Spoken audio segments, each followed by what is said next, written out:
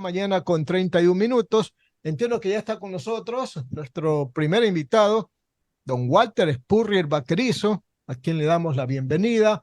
Lo saluda el periodista Alcides Montilla. Ya mismo se van a incorporar mis otros compañeros. Podemos decir que don Walter, pues además de columnista de los diarios El Comercio y El Universo, también es máximo directivo del Grupo Spurrier y también de la publicación Análisis Semanal, y regularmente es invitado por los medios de comunicación para hacer análisis preferentemente de tipo económico. Don Walter, ¿qué va a pasar después del resultado de la consulta del Yasuní?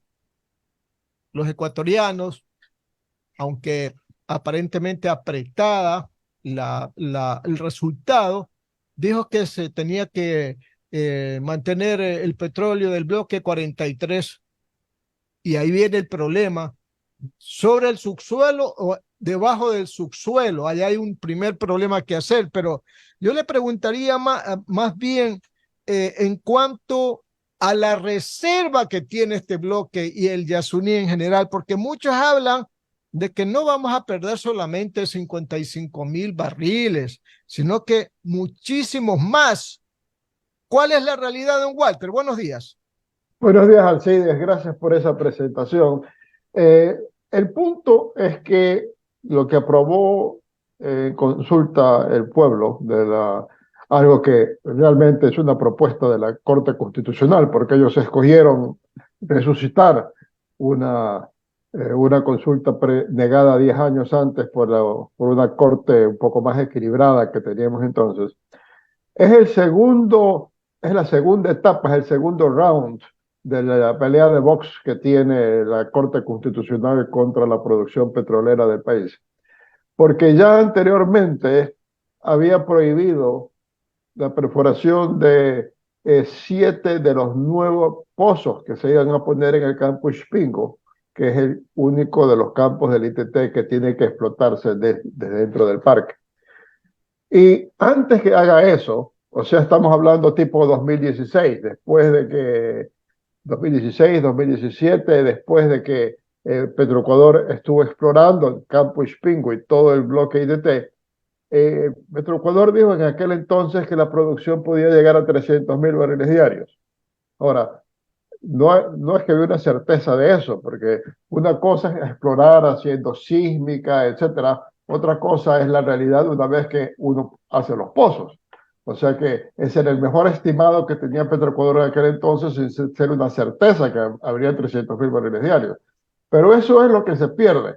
Lo que sucede es que la discusión pública ha estado centrada por los efectos de esta segundo round, después de que en el primer round golpeó muy duro la Corte Constitucional de la industria petrolera. Aquí este fue un segundo round. Entonces, si hubiera sido el voto no parar la producción de petrolera, presumiblemente se hubiera entendido de que el primer round también lo perdía la Corte Constitucional e iba a haber una plena explotación del campo Ispingo, eso sí, respetando las 100 hectáreas, que es lo que está permitido utilizar en el campo. Entonces, eso es lo que se pierde. Si en estos momentos, si no hubiera habido estos dos golpes que ha dado la Corte Constitucional, hubiéramos ido en un proceso normal de ir desarrollando el campo, estaríamos ahora en 300,000 barriles diarios y por lo tanto no nos haría mella la crisis internacional, no nos afectaría enormemente la caída en el precio del petróleo, el país podría estar creciendo, aumentando el empleo y habría la seguridad de que podría atender los compromisos de la deuda que vienen fuertes a partir del año 2026 y el riesgo país estaría más bajo, las tasas de interés serían menores. O sea, el impacto que nos ha causado la Corte Constitucional al haber llevado estos dos actos y esta segunda consulta popular con una pregunta mañosa, al mismo tiempo que una elección presidencial, que es lo que nos absorbía el interés al grueso del electorado, pues es un golpe brutal que ha dado a la economía nacional y al poder adquisitivo de los ecuatorianos. Don Walter, pero las reservas que se van a dejar de explotar a consecuencia de este pronunciamiento, ¿cuáles son? Ya sabemos que estábamos explotando 55,000 barriles, pero yo le hablo de las reservas porque yo escuché a un ingeniero, Boris Abad Guerra, hablar de que hay millones y millones de barriles que se dejaría de explotar como consecuencia de esta decisión del 20 de agosto. Boris Abad es uno de los mejores técnicos petroleros que tiene el país.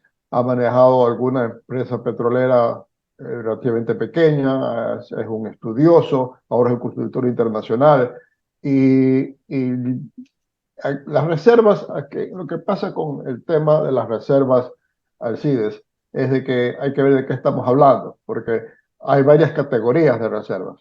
La una es cuando usted perfora y usted dice, ya perforé y ya puedo ver el campo que estudié previamente, ya encontré que sí tiene petróleo y por lo tanto calculo que hay tanto. Esos son reservas probadas. Más allá se dice, bueno, aquí al lado, un poquito más allá, hay características similares, tengo que perforar para confirmar que hay petróleo. Esas son reservas probables. Y hay otras que dicen, pero toda esta área extensa tiene las mismas características. Entonces son reservas posibles, pero esas reservas posibles no se las puede contabilizar hasta que no se perforen. Entonces el punto es cuál medición tomamos, la que estamos 100% seguros o la que estamos 90%, 80% seguros o la que estamos aspirando que sea. Entonces, las reservas, si mal no recuerdo, el último estimado que se hizo de reservas fue de 1.400 millones de barriles y el Ecuador, pues eso vendría a ser con mucho las mayores reservas que tenemos, mayores reservas que tenemos para explorar y explotar en el país, porque los otros campos que tenemos, que son mejores, ya tienen más de 50 años produciendo y se están agotando. Entonces, si no incorporamos, y no vamos a incorporar, por gracias a la Corte Constitucional, si no incorporamos nuevas reservas, ahora estamos invirtiendo fuertemente en desacelerar la caída de los pozos tradicionales, porque 50 años de producir, como han estado produciendo Shushindi, Sacha, Yauca y otros, es notable, es un excelente yacimiento, pero ya no dan más. Y estamos invirtiendo, o sea, perforando nuevos pozos para reemplazar a los que ya quedan secos. Y aún así no podemos detener la caída. Con esto la producción va a caer aceleradamente y el país va a dejar de ser dejar de tener importantes exportaciones petroleras, van a pasar a ser marginales las exportaciones petroleras. Don Walter, ¿y cuál es su análisis de lo que se está anunciando como medidas compensatorias para un poco equilibrar el presupuesto ahora que se pierden estos 1.200 millones de dólares que se va a dejar de percibir por el efecto de que no se va a explotar el bloque 43? Porque mire, se habla de eliminar el subsidio a la gasolina extra, se habla de subir el impuesto del IVA del 12 al 14%, se habla de eliminar el subsidio eléctrico a las grandes empresas. Y por último hablan de que hay que cobrar 7.000 millones de dólares a los deudores de impuestos. ¿Son factibles esas medidas que se están presentando en el tapete del análisis? Bueno, así es. El primer punto es que si se elimina la producción del ITT, eh, la, la economía se reduce. Es una empresa, es un negocio, una infraestructura que vende 1.200 millones de dólares al año, dependiendo de la producción y del precio, por lo que lo que hizo el año pasado. Y eso significa 1.200 millones que parte va a pagar a contratistas, a trabajadores, parte va a pagar a los servicios locales, parte al gobierno central como ingresos presupuestarios, parte al gobierno central como aporte para el subsidio de los combustibles que se importan, parte de consejos provinciales y municipios. O sea que la economía va a perder por lo menos un punto o más de crecimiento del PIB. O sea que eso ahí no se lo puede reemplazar. Es sencillamente una actividad económica importante que desaparece, ¿no? En segundo lugar, ¿cómo se sustituyen los ingresos que se pierden? Yo pienso que hay un problema en esa lógica. No se sustituyen. ¿Por qué? Porque todas las medidas que se dicen, ya vamos a discutir cuáles son viables y cuáles no. Igual, si son viables, deberían hacerse independientemente que se saque el petróleo del Yasuní. O sea, por ejemplo, el subsidio de los combustibles nos cuesta una brutalidad de dinero. No es que el gobierno tenga pocos Mil ingresos, millones. sí, el gobierno tiene altísimos ingresos. Lo que sucede es que de esos, como 7.000 millones de dólares son subsidios a los combustibles y es exagerado el subsidio a los combustibles. Eso debería retomarse lo que hizo Lenin Moreno y que Guillermo Lasso detuvo, que es gradualmente ir emparejándose el precio interno al nacional para que todos nos vayamos acostumbrando al alza de precios y no nos golpee de una sola. Entonces, ahora lo que se dice es que el próximo gobierno puede decir, como ustedes ya votaron a favor de eliminar esta producción, no me queda más que subir el precio de los combustibles y por lo tanto, pues la gente no debería reclamar. Pero es una medida que igual debería hacerse. Luego, el alza del IVA, eh, eh, la idea es que se dice, bueno, cuántos puntos del IVA tendría que subirse para compensar compensar la caída de la producción. Yo prefiero la reducción del precio de los combustibles porque yo pienso que es más honesto que uno pague lo que valen las cosas y no que uno le cobren impuestos. Eso me parece a mí. Pero bueno, si se piensa que es más fácil subir el IVA que subir el precio de los combustibles, pues que se suba 2 o 3 puntos. Ahora lo que dicen de las empresas, ahí hay unos errores conceptuales importantes. En primer lugar, el subsidio de las grandes empresas. Es normal, se acostumbra en muchas partes, que un gobierno, si quiere atraer algún tipo de empresas para que invierta en el país, les dice, les voy a dar un plazo para que no paguen el impuesto de la renta y a cambio de que se inviertan, considerando que si no invierten, igual no se cobraba impuestos. Y eso tiene el país. Ahora, si se piensa que esa política debería eliminarse, pues debería eliminársela independientemente de si se saca el petróleo y el subsidio o no. Hay quienes dicen que eso debería afinarse. Incluso el gobierno de Lasso actualmente considera que es demasiado abierta esa concesión de beneficios y al menos el candidato presidencial Noboa dice que debería estar eso atado exclusivamente a empresas que aumentan el empleo. O sea, son cosas viables y a lo mejor positivas, habría que ver cómo se las hace.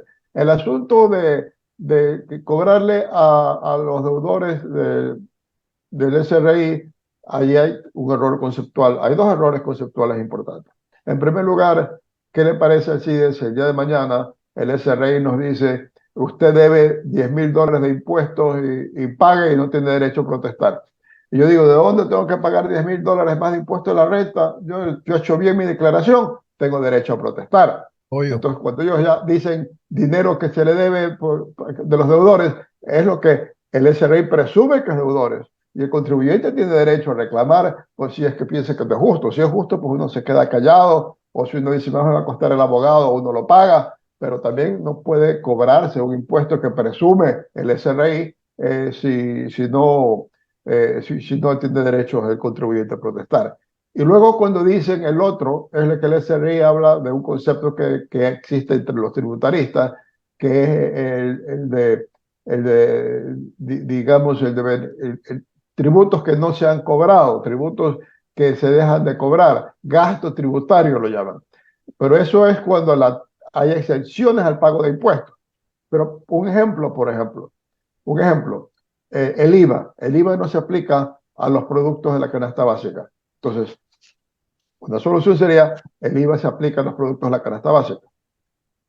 Otra excepción es cuando pagamos el impuesto de renta, hay una tarifa del 25% sobre lo que ganamos. Pero normalmente los que no ganamos muchísimo dinero, pagamos menos del 25% porque hay deducciones que se pueden hacer. Eso también es gasto tributario. Eliminar las deducciones del impuesto a la renta. Entonces, tenemos que pagar el 25% llano total sobre todos los ingresos que tenemos. Eso es lo que están planteando, lo cual tampoco es muy viable. Entonces, en ese sentido, yo pienso que todo lo que se dice como medidas compensatorias, si son positivas, tienen que hacerse independientemente de la explotación de Yasuní, y hay otras que sencillamente se las presentan de manera demagógica y que implican pérdidas de derechos a ciudadanos. Correcto, don Walter. 8 de la mañana, 46 minutos. La entrevista sigue con mi compañero Juan Carlos Sánchez Arosemena, a quien damos la bienvenida. Buenos días, economista Walter Spurrier. ¿No cree usted que podría el gobierno del presidente Lasso dejar implementado el tema de los subsidios y dejarlo el tema de una vez eliminado antes de irse digamos, antes de salir de la presidencia de la República? A mí me parecería que sería muy positivo. Ujú. Él Ya lo no deja tiene nada que puesto. perder, ¿no? Pero son 10 Así es. millones, pues oiga.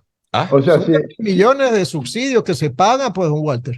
así es. O sea, si él fuera a eliminar Por eso, eso, Bastante. sería muy claro, positivo y ya les facilita un poquito el por próximo eso digo, gobierno. eliminarlo.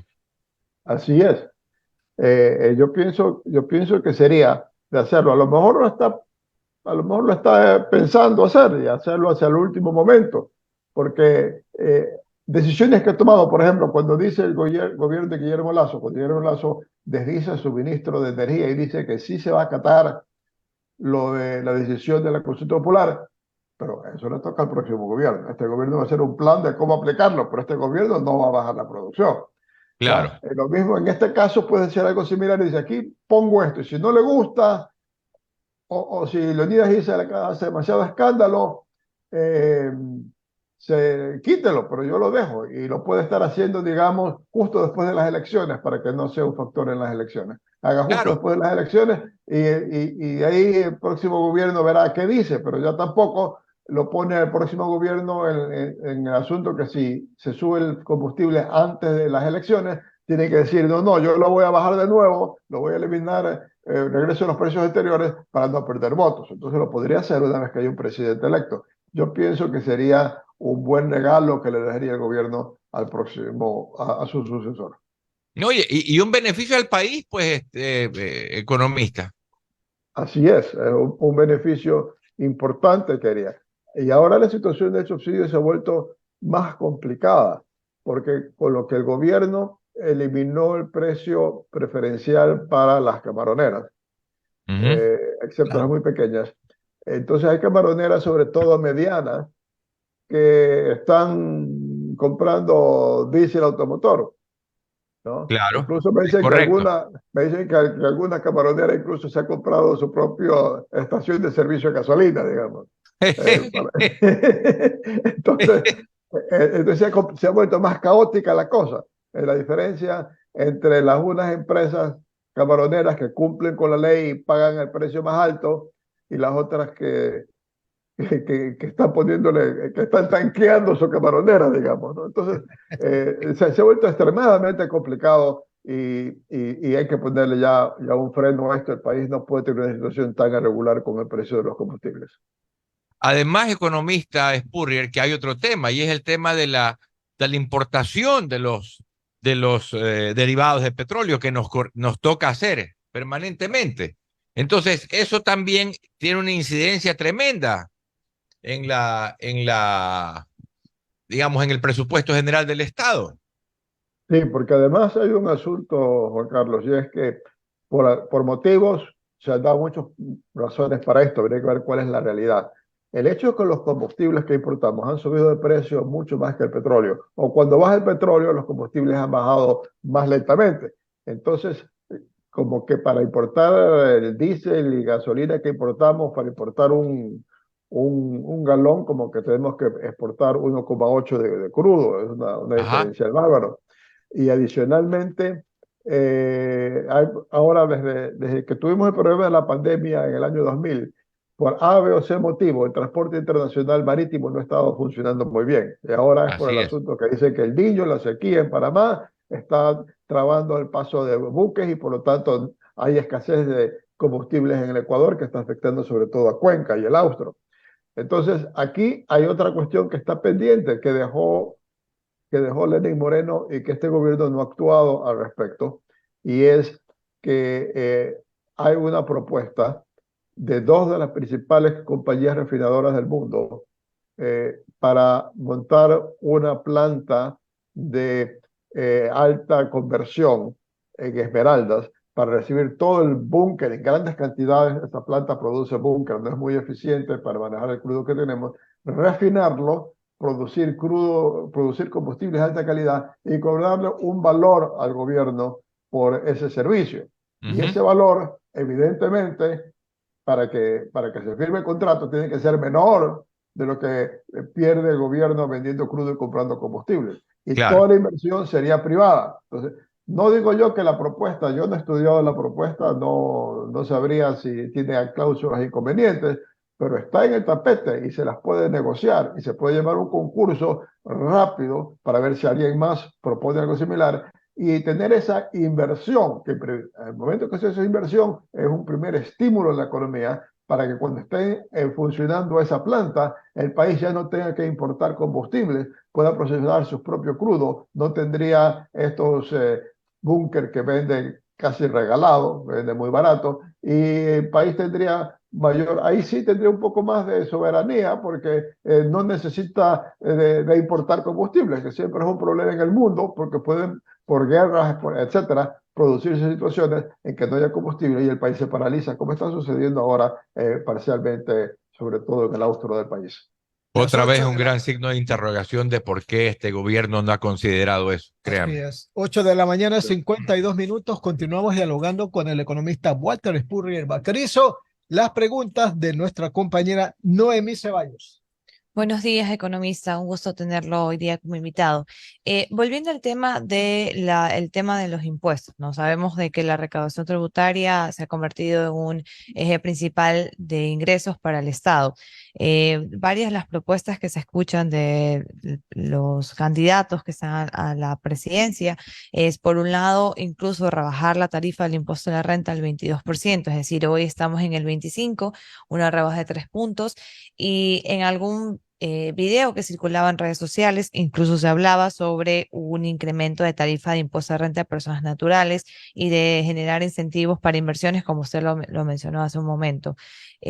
¿Cómo considera esto, digamos, si es viable o no? Porque tenemos un gobierno actual en donde inicialmente también se hablaba de reducción de tarifa de impuesto a la renta, pero al final, digamos, terminó siendo todo a la inversa, porque las personas naturales nos vimos afectadas con un incremento de impuestos como tal.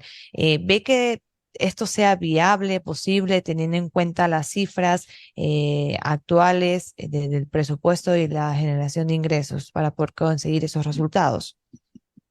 Sí, Noemí, yo estoy al tanto de lo que dijo Daniel Noboa. Y claro, el otro lado, la Revolución Ciudadana, hace una campaña distorsionando lo que dice, ¿no? No, bueno, eso normalmente hacen en las campañas. Lo que dice Noboa, en primer lugar, cuando habla de subir el impuesto a la renta a las personas naturales, está hablando de los que hoy pagan una tasa marginal de 37%.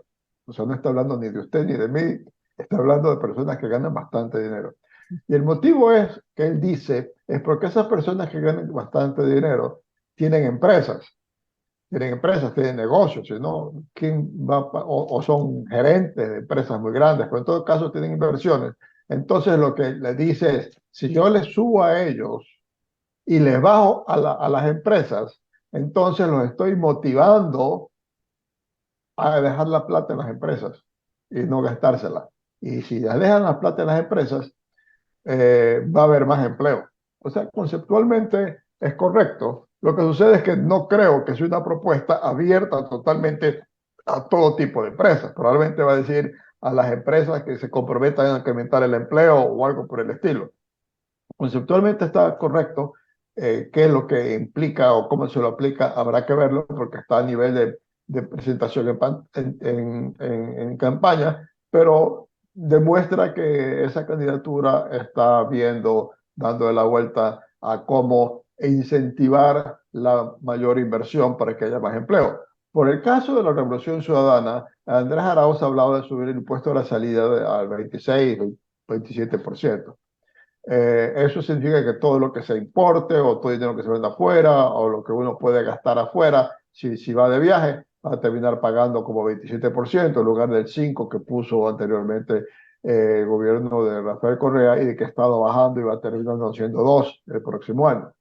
Esa es una propuesta lógica que hace la Revolución Ciudadana porque va junto con el asunto de que van a emitir ecuadólares, o sea que ya no van el gobierno a emitir dólares contables que no tienen respaldo, entonces como va a comenzar a gastar dólares como si fuese el Federal Reserve, pero no puede hacer dólares de verdad, no puede permitirse que esos dólares salgan del país porque no pueden salir porque no existen.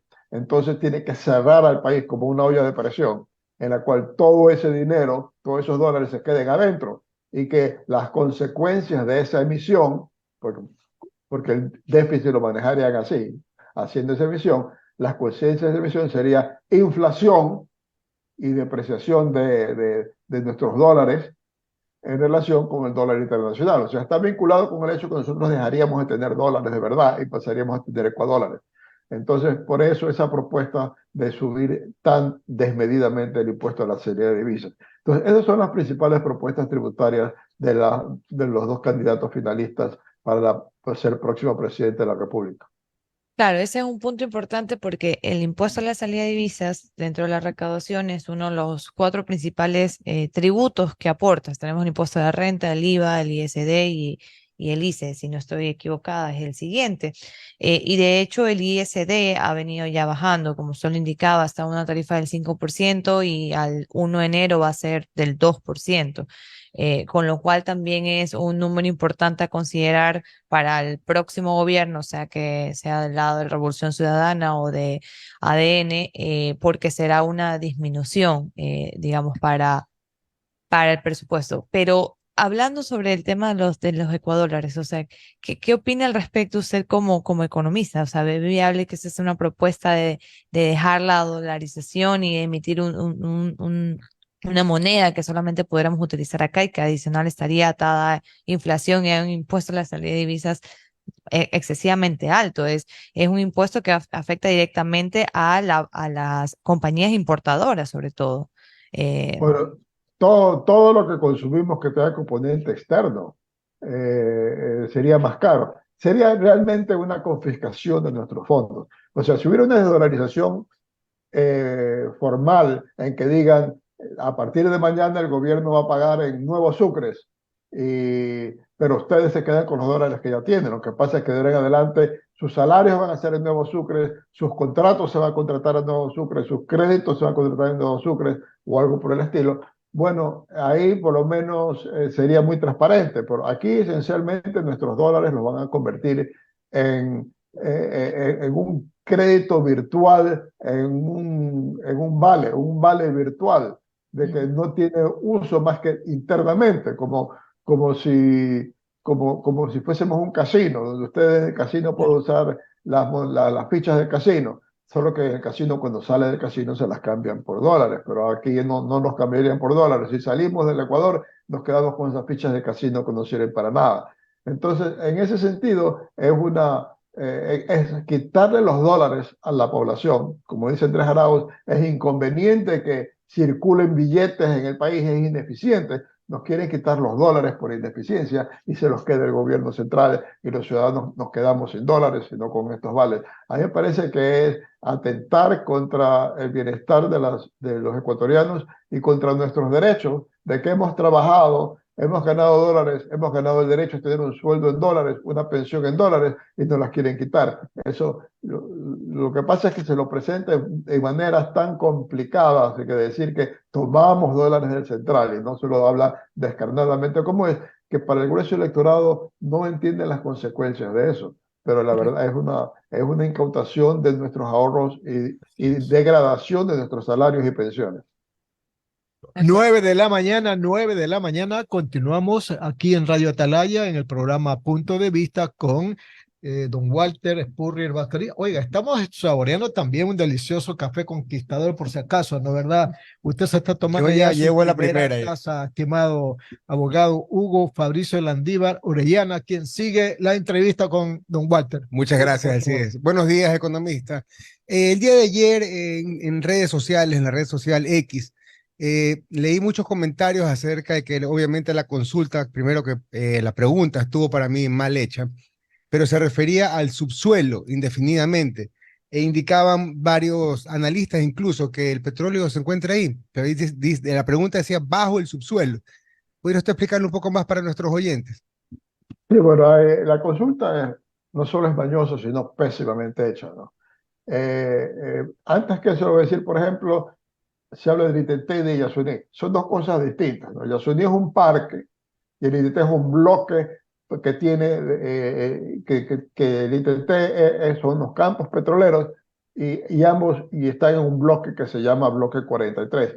Pero el bloque 43 solo está en parte en Yasuní y en Yasuní hay otros bloques también. Y el ITT, un campo del ITT, el Tiputini está fuera de Yasuní, el campo Tambococha está pegado al borde y se los puede, desde fuera del parque, se los puede, con pozos direccionales, se los puede explotar. Sobre el campo Ispingo está plenamente en el ITT y se habla indistintamente, o sea, si se eliminan lo del bloque 43 y el Yasuní, se van a estar eliminando la producción de campos que no están en el Yasuní. El punto en concreto de los subsuelos es que nosotros tenemos digamos, el suelo, y debajo del suelo, o sea, en el subsuelo, está el petróleo. Pero debajo del subsuelo, ¿qué hay debajo del subsuelo? Son otras capas geológicas. Ahí no hay nada, eso es una gran profundidad. O sea que si fuésemos estrictos, y así ha sido, pues La el letra doctor, de la pregunta. claro, y el doctor Santos, que es abogado, dice, en realidad la consulta no está afectando al petróleo porque el petróleo está en el subsuelo, y aquí está, y la consulta habla sobre lo que está debajo del subsuelo, y ahí no hay petróleo. Entonces, en efecto, se está prohibiendo sacar un petróleo que no existe, y no se está prohibiendo el que sí existe. Eso, pues, es una manera de interpretarlo. Yo lo que creo realmente es que es tanta la ofensiva de la Corte Constitucional y de la Corte de Justicia en el país contra el petróleo y la minería, que tarde o temprano todo eso se va a caer, porque en algún momento dado la población se va a dar cuenta que está cometiendo suicidio asistido. Tenemos lo de Yasuní que hemos conversado aquí. Hubo también lo de Mindo, me he dicho no lo de Mindo, sino lo del sector del nororiente del Pichincha, en donde se prohíbe la minería, pero no la que ya existe. En cambio, en el caso de Yasuní, se prohíbe la que sí existe. En lo del nororiente del Pichincha, lo que llaman el Chocó Andino, es para lo nuevo. En tercer lugar, la Corte Constitucional puso unos requisitos complicadísimos para poder dar la licencia ambiental. El presidente se tomó su tiempo, pero reglamentó cómo aplicar lo que dice la Corte Constitucional, y la Corte Constitucional ha desechado eso. Y entonces hay 170 proyectos de inversión, creo que son 170, los que no pueden hacerse. Algunos son mineros, pero hay de todo tipo, hasta hoteles, que no pueden hacerse porque no hay permiso ambiental, porque la Corte Constitucional lo ha tornado con procesos complicados. Y a eso añadimos que ahora la Corte de la SUAY prohíbe el avance del proyecto de Loma Larga, que es una mina muy grande, es una mina equivalente a Fruta del Norte, que está en el Azuay, que tiene algún tiempo y que era uno de los proyectos que se supone que había pasado todas las barreras de controles y que ya podía entrar al desarrollo, y ahora le están dando marcha atrás. Entonces, y esto significa que van a seguir haciendo esto, que van a seguir impidiendo que el país saque su petróleo y su minería, y el país, si no saca su petróleo y su minería, se estanca y se va para atrás. O sea, no es posible hacer eso. No es posible, y la Corte Constitucional, irresponsable desde el punto de vista económico, se considera adalid de las tesis ecológicas extremas de las estrellas de Hollywood, y nos está fregando, ¿no? Y el electorado no se percata de esto. En algún momento dado va a salir algún presidente que tenga energía y le va a decir al electorado: todo esto nos está haciendo daño. Ahora voy a llamar a una consulta popular para autorizar a la producción petrolera para que se apruebe esta manera de hacer las consultas populares, y se acabó con esta vaina de que las cortes se impidan el desarrollo del país. Yo pienso que eso va a terminar dándose, a lo mejor no este año, a lo mejor no el siguiente, pero tarde o temprano yo pienso que el petróleo va a salir y la minería va a salir adelante también. Gracias. Economista, una última pregunta. La candidata Luisa González ayer se ha vuelto viral otra vez el que ella quiere hacer uso de los 2.500 millones de dólares de la Reserva Monetaria Internacional. ¿Cuál es su opinión acerca de esto? Bueno, eso es lo que le está diciendo Rafael Correa, y ella hace lo que le ordenan. Y eso significa, como yo digo, que van a quitarnos nuestros dólares. Por el momento que ellos no es que usan lo que está en la Reserva Monetaria, es que acreditan 2.700 millones en la cuenta del gobierno sin tenerlos, ¿ya? Y en ese sentido comienza a entrar esa plata de la economía. El gobierno va a hacer lo mismo que se hacía antes cuando teníamos el Sucre. El Sucre, ahí sí el gobierno podía imprimir billetes y gastar, y era legal, y el efecto era inflación y devaluación.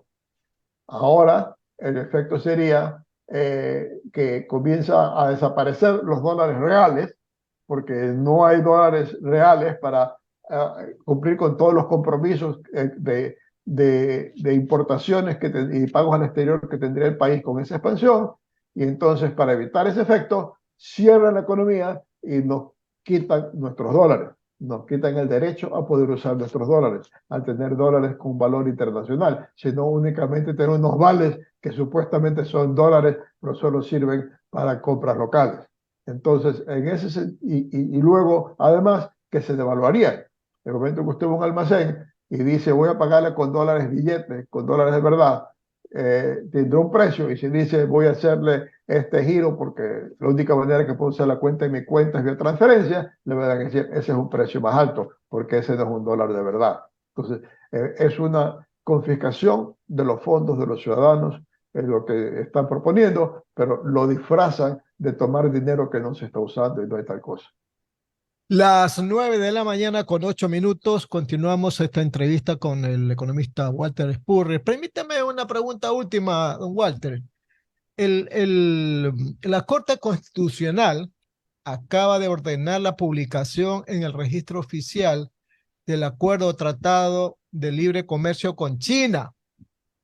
Dice que da 10 días para que los ciudadanos puedan leer ese acuerdo en el registro oficial, pero que todo esto estará supeditado a lo que diga la Asamblea Nacional. ¿Qué se ha ganado con este paso? Porque yo digo, ¿qué tal si en la Asamblea se forma un bloque mayoritario y dice, no, este acuerdo con China no perjudica a los ecuatorianos, no va?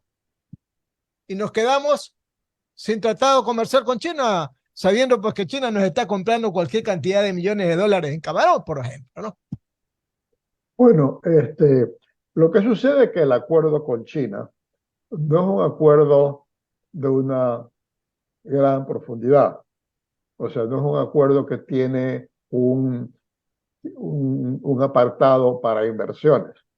China en sus inversiones se maneja de una manera distinta. China, las empresas chinas que están en el país, si tienen algún problema con el país, hablan con el embajador. Y el embajador de China, como China es un gran acreedor del Ecuador, el embajador de China habla con las autoridades para resolver los problemas. Entonces, China en ese acuerdo no hay un capítulo para inversiones. Entonces, lo que la Corte Constitucional ha venido objetando es de que haya arbitraje.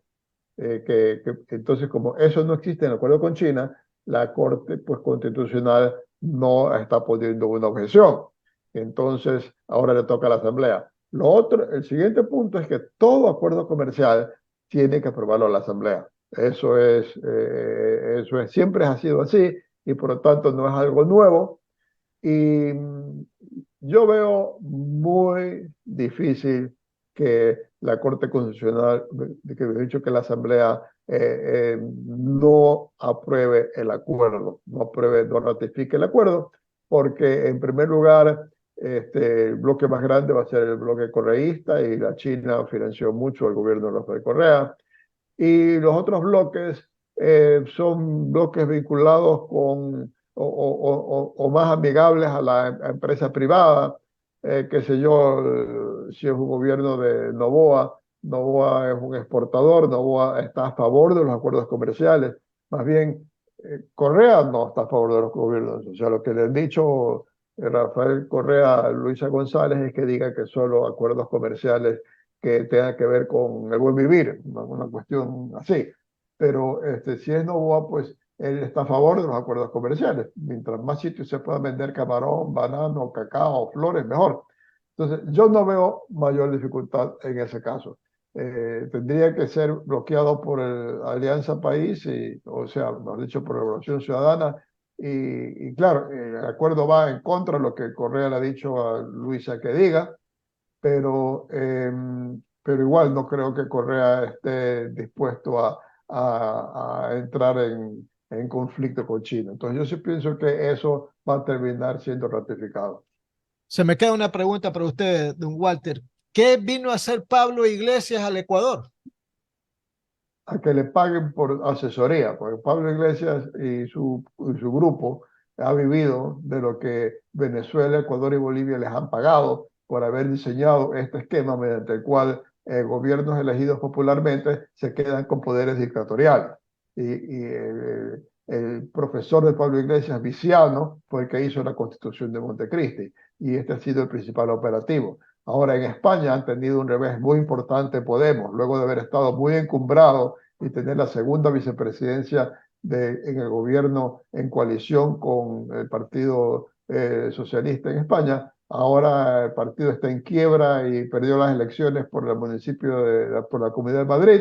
Entonces ha venido acá a que le paguen, es decir, yo puedo ser asesor, pague mi asesoría, y le han de pagar porque al fin y al cabo es el que inventó, uno de los inventores de este sistema que significa gobiernos dictatoriales disfrazados de gobierno constitucional. Economista, una última pregunta de mi parte. En un gobierno tan corto como el que va a tener Daniel Noboa, eh, ¿cuál, ¿cuáles creen que serían usted las medidas económicas que debería él tomar en ese tan corto tiempo como para tampoco ser objeto o las medidas en general, que tampoco ser objeto de pugnas con la Asamblea, pues que obviamente, seguramente, pues no sé, no la va a tener con mayoría por la alta congregación de asambleístas de Alianza, perdón, de la Revolución Ciudadana, ¿no? Pero ¿cuáles Bueno, serían esas medidas que usted cree que él debería en los que debería enfocarse en este corto plazo de gobierno? bueno, yo creo que la asamblea no va a ser tan complicada como la anterior, porque si bien es cierto que el bloque de Alianza País repite en esto de Revolución Ciudadana, la asamblea anterior teníamos también Pachacutic, que Claro. también tenía una posición conflictiva con las políticas de Guillermo Lasso. Bueno, era más complicado. Ahora yo veo que aparte de Revolución Ciudadana, todos los otros podrán tener cálculos políticos, pero no van a estar opuestos en el fondo a las políticas económicas que va a presentar Noboa. De lo que yo le he escuchado a Noboa, porque he tratado de escuchar la mayor parte de las entrevistas que da, él piensa ser candidato también para el siguiente periodo. Entonces, yo lo que pienso que Noboa va a hacer es que va a hablar con los organismos multilaterales, va a hablar con los acreedores y decir, en este año y medio no me frieguen, apóyenme, porque yo medidas que pueden ser impopulares pero necesarias las haré en el próximo periodo, porque si las hago ahora no voy a ser reelecto y nuevamente ustedes van a tener incertidumbre. Y yo pienso que los organismos multilaterales y los acreedores esencialmente van a entender esa situación. Entonces, de esa manera, él debería poder negociar que le hagan más desembolsos el próximo año para manejar la muy difícil situación fiscal. La parte de Yasuni, yo pienso que probablemente va a aprobar un plan de desmantelamiento que va a posponer las cosas, porque no lo va a poder, no lo va a hacer, creo yo, en el año y medio de gobierno, sino que habrá que irlo posponiendo para más adelante, para ver si lo puede dejar para más adelante y ya veríamos qué sucedería ya.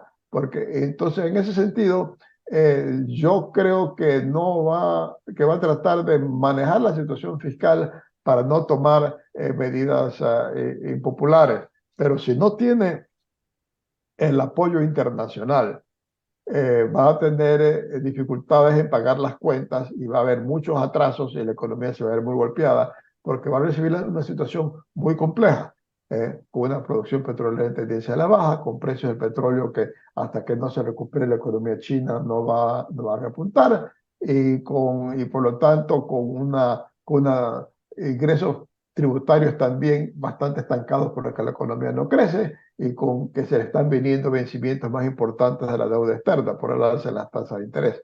Entonces, yo no creo yo pienso que va a tratar de evitar a tomar medidas duras, yo pienso que va a comenzar a tomar medidas de agilitar la gestión pública. Por ejemplo, no ha habido en este país, en este gobierno, contratos para nueva inversión petrolera. Probablemente va a tratar de destrabar lo de la inversión minera, va a tratar de hacer alianzas públicas privadas, como por ejemplo lo del Quinto Puente, y entre otras cosas que hay. Probablemente va a hacer lo de la nueva refinería, o se va a tratar de firmar contratos de inversión para dinamizar la inversión y contratos que van a terminar dando resultados para fines del próximo periodo. Yo creo que lo manejaría así, es una situación complicada, pero como digo, lo clave sería de que en este periodo corto poder obtener el apoyo de los organismos multilaterales para no tener que tomar medidas fiscales duras, porque significaría que a lo mejor el próximo gobierno, el siguiente periodo, habría una incertidumbre de quién llegaría al poder. Correcto, don Walter, le Gracias, agradecemos economista. mucho por haber estado con nosotros, don Walter Spurrier Baquerizo, como siempre, muy explícito en sus comentarios y en sus análisis. Ese tema de la eliminación de los subsidios hay que continuar porque es un tema muy complicado y peliagudo, cuyo debate pues necesariamente debe de convocarnos a todos los ecuatorianos. Don Walter, muchas gracias, muy amable, que le vaya muy bien. Muchas gracias, Alcides, gracias con Gracias. todo. Gracias.